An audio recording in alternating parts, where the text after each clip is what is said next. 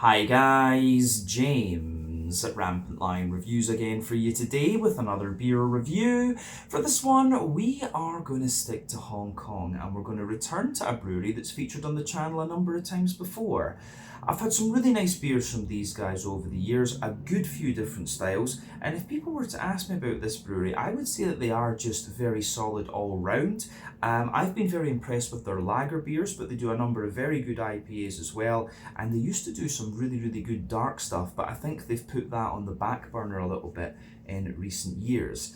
But the beer we're going to have a look at today is a little bit of a kind of go-to for me. They've very recently released it in new packaging, which I think looks very nice, and I thought this was a really good point in time to actually have a look at this beer. But it's a style that I very much enjoy, one that I've been getting into again over the last couple of years, and a style that's really been rising again in popularity in recent times, which I'm very glad about.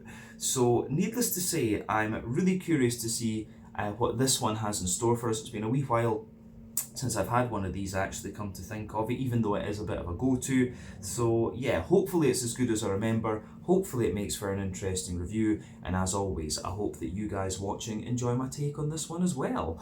So yeah, for this review then, as I say, we're sticking to Hong Kong. We are going to go to Wong Chuk, which is to the south of the main urban part, the main city part of Hong Kong Island. We're going to go to the south side of Hong Kong Island to Wong Chuk, and that means that we're going to have a look at another beer from the wonderful Young Master Brewery.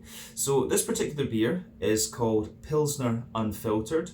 It comes in at 4.5% ABV, and from the name I think you can gather what style this one is. But yeah, these 440ml cans have only just been released. Actually, you can get these beers in many Circle K's across Hong Kong, which is quite nice actually, and I've been very impressed with the lager beers that come out of Young Master. They originally had a German brewer, and because of that they are very good when it comes to brewing lager beers actually. So yeah, definitely keen to see what this one has in store for us again. It's been a wee while since I've had one of these. But yeah, let's crack on with it then and see how we go. The Pilsner Unfiltered at 4.5% ABV from Young Master in Wong Chuk. So, as always with my reviews then, I'll tell you a little bit about the brewery before we taste the beer. If you want to get straight to the tasting though, just fast forward. All the usual links can be found in the video description below. That's the brewery website, the link to my other reviews that I've done from Young Master before, and we will no doubt add more to that list at some point in the near future. But there's all the usual social media down there. If you want to see more reviews, do please consider subscribing to the channel. The support that you give is massively appreciated, and remember, you can go into the channel homepage and search for beer using the geography tagging system. So just go in there, use the little search bar, put in your hometown, state, county, province, prefecture, whatever you like. If I've reviewed beers from the area that you search for, they will pop up. Failing that though, you can check out the playlist of beers from different countries. You'll find this one in the Hong Kong playlist along with a number of other things that's being added to regularly, and you will see quite a few different beers involving Young Master popping up over the next little while. But yeah, you can check out the playlist of beers from other countries as well, and I do recommend you do that because there are some really interesting things on the channel these days. But yeah, let's go on to my brewery notes then, and I'll tell you a wee bit about Young Master for the first time in a good wee while. So, Young Master Brewery was founded back in 2013 by Rohit Dugar, who is originally from New Delhi in India. So he moved from New York to Hong Kong back in 2011, and he worked for Goldman Sachs before deciding to quit and found his own microbrewery. But he was joined at the brewery by German brewer Ulrich Altbauer, who had an extensive experience of brewing in China, and he was the master brewer, but sadly he died in 2016. So the current brew team at Young Master is Edwin and Brian. There's a few others in there these days too because they've expanded quite a lot, but they have both worked for the brewery for a number of years, including under Ulrich. But their first brewery was in Ap Lai Chau, and this facility had a 10 hectolitre brewhouse, or 1,000 litres, which acted as their main production until mid-2016. But they opened up a new brewery in Wong Chuk with a 40 hectolitre brewhouse from GEA in Germany, as well as a larger barrel area and a fodder for producing sour beers. And this is the first of, I think this was the first for any brewery in Asia. These guys were the first ones to have a proper big fodder, a big oak fodder. But they're brewing around 15,000 litres of beer per month at the moment, from what I understand. But they've got several tap rooms, or I think that might be 150. I think I've got a typo in my notes there. I think they're brewing about 150,000 litres of beer per month or something. These guys are pretty damn big these days in terms of their volume. But they've got several tap rooms and restaurants these days, including they're involved in TAP, the Ale Project in Mongkok. They've got Second Draft at Victoria Park over in Causeway Bay. There's pub 1842 in Central. Until very recently they had Alvy's in Kennedy Town, which did some really, really great pizza. I was very sad that that closed. And they've also got the Guild Bar down in Singapore as well. So I might need to go and have a little look at that actually when I'm down there in a few days. But today they're the largest brewery, largest craft brewery by volume in Hong Kong, and they're also the most decorated craft brewery in Hong Kong as well. But as of March 2023, when I'm filming this review for you, these guys have produced 270 different beers according to Untappd, and they employ in the region of 20 people as well. But like I said, if people ask me about Young Master, I'm probably going to recommend the lager first. The 1842 double IPA is really nice, and I guess that's one that we'll need to do as a sit-down review on the channel at some point quite soon as well. But yeah, I do really like the lagers that these guys do. The Oktoberfest one, the Märzen, is very, very nice as well. So hopefully we can get a can or a bottle of that later on in the year. But yeah, that is everything I can tell you about Young Master Brewery for the moment. If you want to learn more about these guys, you can check out the brewery website. You can follow them on Facebook and Instagram to keep up to date with all the latest goings on, and you can check out the Rate Beer, Untappd and Beer Advocate pages to learn a little bit more about all the different beers that these guys have done. So yeah, let's go on, have a little look at the beer itself. So I'll just let you have a wee look at the artwork on this one before we open it up. You can see you've got some nice patterns and stuff in there, some of the Young Master stuff inside. I'm not sure how well that's kind of showing up actually in this light. Don't know if the camera's really kind of focusing on that, but there you can see the Young Master. I'm just going to put my face behind it so it actually focuses. There we go. You can see the patterns and stuff. Quite nice on the can. Now the camera automatically focuses on your face, so hide my face behind the can. But there you go. Really nicely presented. This one there you can see plain silver top, same on the bottom, and this is a 473 milliliter can. I actually thought it was a 440, but yeah, 473 milliliters, which is 1 American pint. So yeah, nicely presented this one. Unfiltered Pilsner, as we said, 4.5% ABV. Remember, the Pilsner as a style comes from the city of Pilsen in the Czech Republic. It was brewed originally back in the 1840s, if I remember correctly, by a German brewer who moved to Pilsen. Wasn't a very nice guy. He got kicked out of the town a couple of years later, from what I understand. And of course, Pilsner Urquell is the one that became very, very famous, actually. So yeah, Pilsner Urquell is the one that you want to try, and it's 4.4% if I remember correctly, where of course this is 4.5.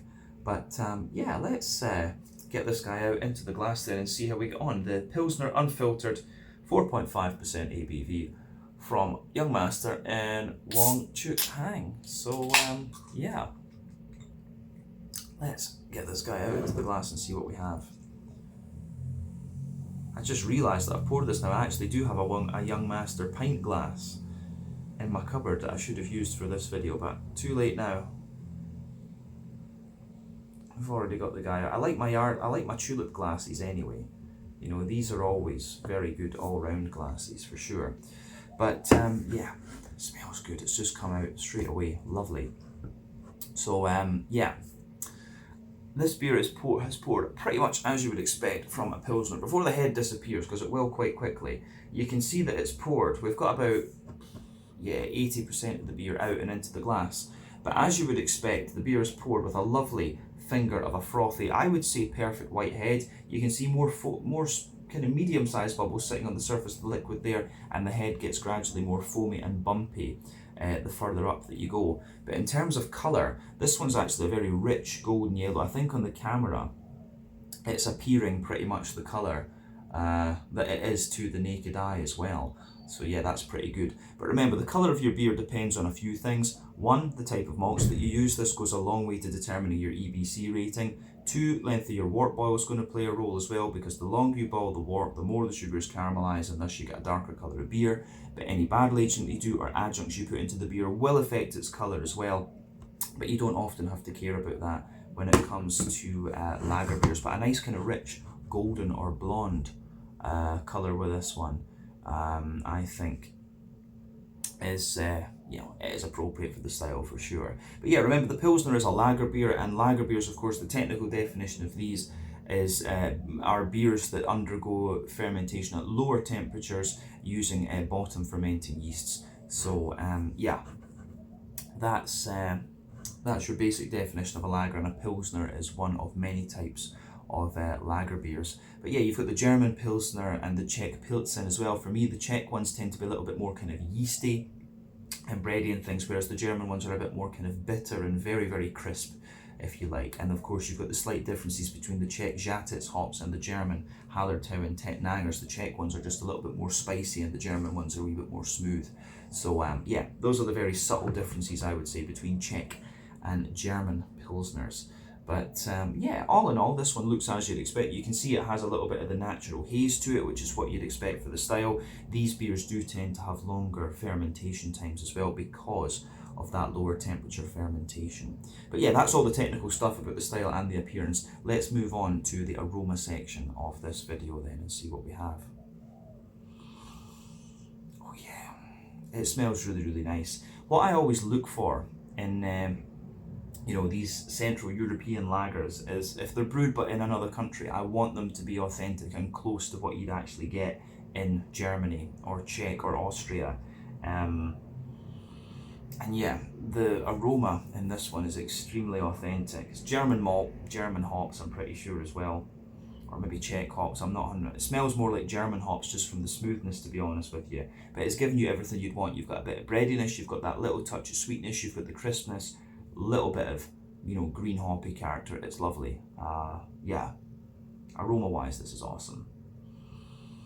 Yeah, I'm glad I've got something like this in Hong Kong. You don't really get Pilsner Urquell here. I always like having Pilsner Urquell as a kind of go-to, but yeah, we don't have that here. We've got this instead, and not a bad substitute at all, not at all. But yeah, let's break down the aroma of this one and describe it for you a little bit more kind of in depth.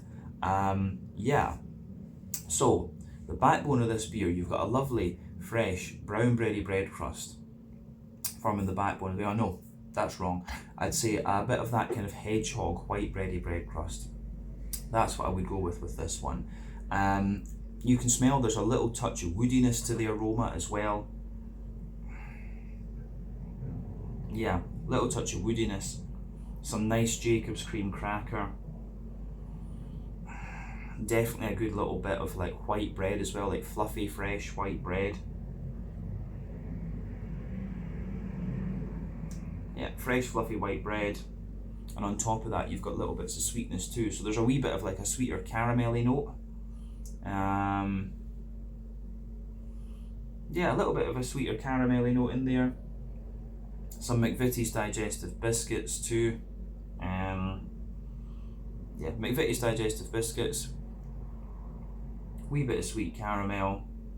Yeah, it's very straightforward. You can smell in the back of your nose at the top. You get that lovely kind of crispness in there. So yeah, sweet caramelly note, little bit of McVitie's digestive biscuit, that slightly drier Pilsner malty character coming out of it. Then underneath you've got all the bready notes. I get a wee bit more kind of brown bread coming out of this one the more that I smell of it too. But all in all, it's a lovely smelling beer, this one, and as I say, it gives you exactly what you would expect of the style. And I think at that we've covered the malty side of things too. You do have a little bit of the yeasty character in there, which gives you a wee touch of this kind of farmhousey bready sort of thing. But yeah, all in all, the malty and yeasty side of the beer is what you'd expect. Let's look at the hoppy side then. So as I was saying, for me, the hoppy side of this one smells more German than Czech. We might taste it and it tastes more Czech, we'll need to see. But yeah, you get a little bit of that smooth earthiness in there. There's a little bit of herbal character, a little bit of smooth earthiness, a little bit of herbal character. Then you've also got a nice bit of floral aromaticity and some kind of zesty grassiness as well. So yeah, the way that everything kind of pieces together in this beer, I think is it's really very, very nice.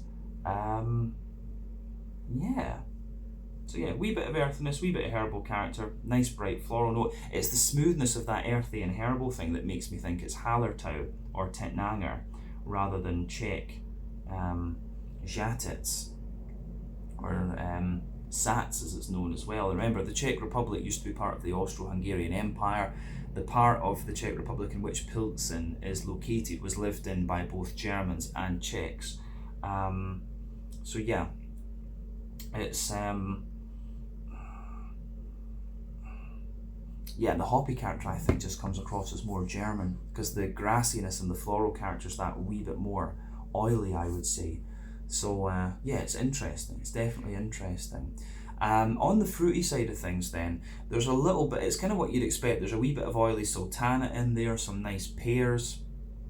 Yeah, oily sultanas, oily pears, and you know, there's maybe a little bit of like fresh green apple or something like that.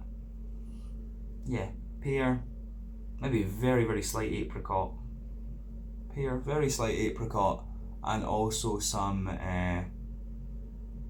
yeah, just some little bits of sultana and things, yeah. It smells really, really nice, this one. As I say, it's pretty much, you can smell the sort of almost creaminess that you can get from some of these Czech lagers out of this because of the unfiltered nature of it. It smells great. So as I always say, take a little bit of time to enjoy the aroma of the beer before you get stuck into it. But this one gives you everything you would want from the style. Let's see, can we get all of the beer in here? Oh yeah, you can. I didn't think this glass would take a full American pint, but there you go. Now I know. So yeah, let's do this then. As I always say, take a bit of time to enjoy that aroma before you get stuck into the beer. But now we're going to taste this one. This one is the Pilsner Unfiltered, a 4.5% unfiltered Pilsner, as the name suggests, from the wonderful Young Master Brewery in Wong, Chuk here in Hong Kong. Let's get stuck in. Slàinte, skål, cheers, Gambe.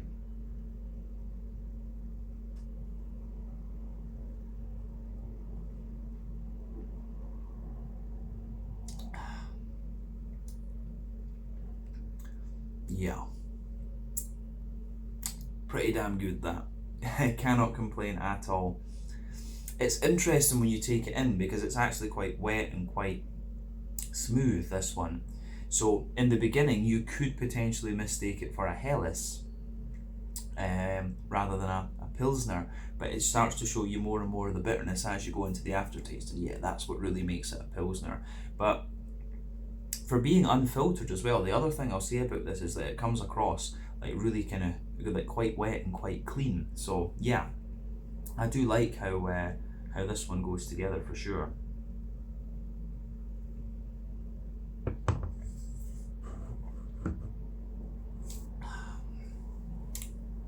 Yeah, just as I kind of remember it too. This one, very, very, I think, you know, they've got very good quality control at Young Master as well. I've had this beer on tap and things a few times. I think in the can it actually has a little bit more bitterness and a little bit more crispness than it does on tap. Because I do remember thinking a few times when I had it on tap it came across as more Helles-like, but yeah, definitely in the can you get that little bit more carbonation, and that kind of helps promote the wee bit more bitterness that defines the beer as a Pilsner. So yeah, that's worth bearing in mind with this one. But as always with Young Master, big thumbs up to them for this. This is really good. So yeah, let's kind of break this beer down then and describe the flavour for you a wee bit more in depth as we always do. So middle third of your palate then, the backbone of the beer, you've got that lovely fresh white bready hedgehog type bread roll in this one. That is the backbone of your beer. The further forward that you move on that middle third of your palate, you get a wee bit of woodiness and things in there.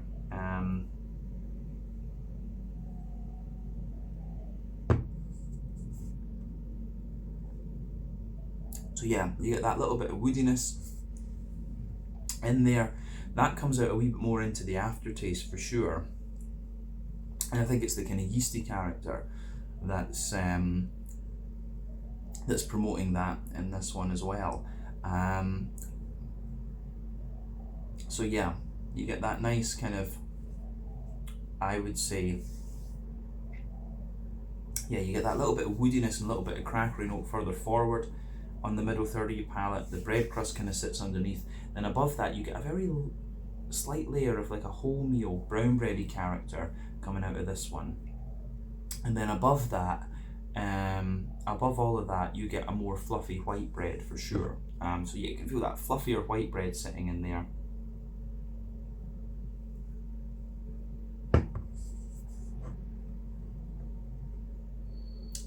And then I think the bready character sort of sweetens up. The bready character kind of sweetens up the further into the aftertaste that you go with this one. And so yeah, above the white bread, you have above the white bread, you start to get the sweeter aspects of this one. So you can feel there's a layer of a sort of McVitie's digestive biscuity sort of thing coming out of this beer. And then if you go to the dead center of your palate, there's a little bit of like a straight up sweet caramel, Werther's Original butter candy, butterscotchy sort of note as well. So yeah, the way everything kind of pieces together in this one is really quite nice actually.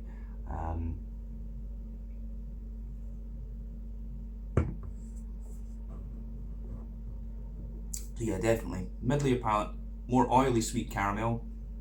That of course is going to be the alcohol a little bit. Then you get a wee bit of like a Werther's Original butter candy butterscotch. And then as you move out toward the extremities of that middle third of your palate, yeah, McVitie's digestive biscuit. Way it goes together is really, really nice. Yeah. So toward the back of that middle third of your palate, you definitely get a wee bit more of the kind of crispness of the Pilsner malt pushing its way out. So yeah, lovely crispness of the Pilsner malt in there, which is great. And then yeah, it's that kind of just lingers there and gives you the bit of bitterness and crispness that you want from the style. But I think at that we've said everything we need to about the middle third of the palate. Let's go to the back third of your palate then. But border region between middle and back third of your palate, bit of brown bread in the base, the white bread in the top, and you can feel the Pilsner malty dryness sitting in there. But then yeah, the base of that back third of your palate, you have the kind of crisp, yeah, you have the sort of crisp, or the more grainy bread crusty character. And there's often say the back third of your palate is going to give you similar flavours to the middle third of your palate, just at different intensities. But yeah, you've got the base of that back third of your palate there. It has the nice kind of bread crusty characters. Then above that you can feel the brown bready layer, which was a little bit lighter and more airy, then the white bready layer, which was a little bit lighter and more airy, then the dry kind of Pilsner malts just sit on top of that, and then the yeasty character sits above everything else on the back third of your tongue.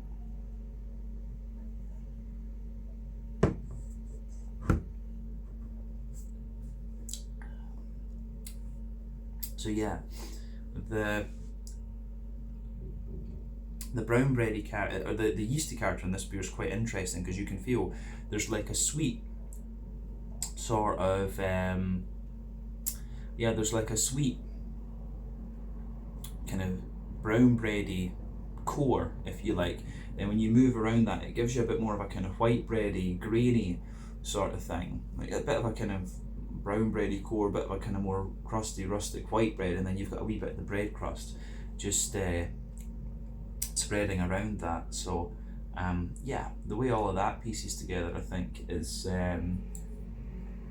quite nice, and that sits on top of the yeah, that sits on top of everything else on that back third of your palate there. So definitely you can feel the flavour on the back third of your palate is definitely taller. Then as you move further forward into the middle third of your tongue, it just kind of condenses down and squashes together that little bit more.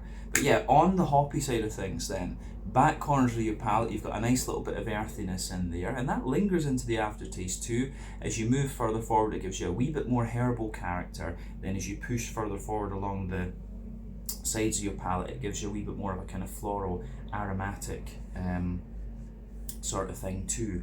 So yeah, it's not overly spicy, this one, and that makes me think German hops rather than Czech. And I think I don't think that the other thing it could be is like, a slightly higher alpha acid German hop, such as Pearl or something like that. But not overly convinced by that.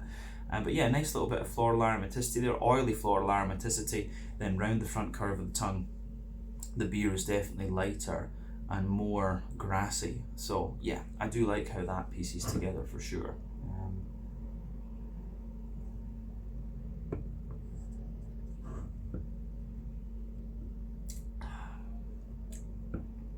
So yeah, on the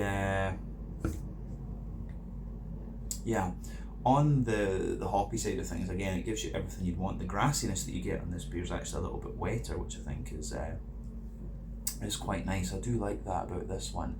But yeah, good hoppy bitterness with this beer going further into the aftertaste, but certainly not the driest of Pilsners either. But yeah, I like it. That's everything we need to say about the green component. Let's go to the front third of your palate then. So border region on between front and middle third of your palate. A little bit of brown bread in the base, the white bread in the top. Wee touch of the drier Pilsner malt coming through as well. The base of that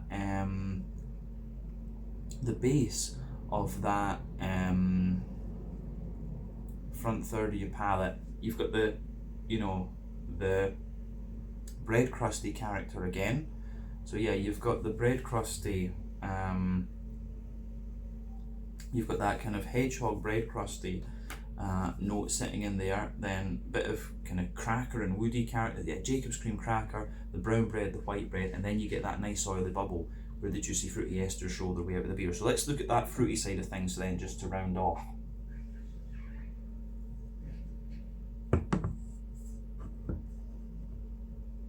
So yeah, the fruity side of the beer for me is definitely kind of as you'd expect. At the back of that front third of your palate, you get a little bit of the kind of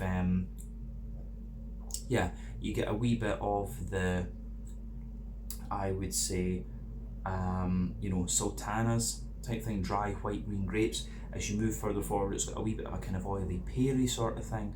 Then it's got a wee bit of a kind of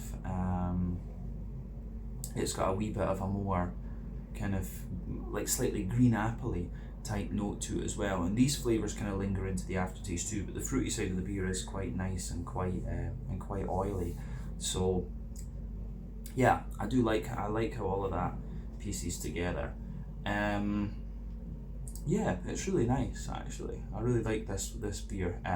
It's interesting with this one, as I say, it compared to the one on draft, it doesn't feel quite as thick from the unfiltered type thing, but at the same time it shows you a little bit more of the kind of crisp, bitter Pilsner character. So yeah, it shows you that your conditioning can really affect the flavour of the beer to a degree, or at least which ones take the fore and which ones sit back a little bit, So interesting stuff. Interesting food for thought with this beer, should we say. So in terms of the mouthfeel then, to round off this review, for me, this beer, it's kind of top end of light bodied. The carbonation is very smooth. The beer does have a little bit of oiliness to it, and has a wee bit of that kind of creaminess that you want from an unfiltered lager as well. But as I say, a bit clean and a bit more oily. In terms of IBUs,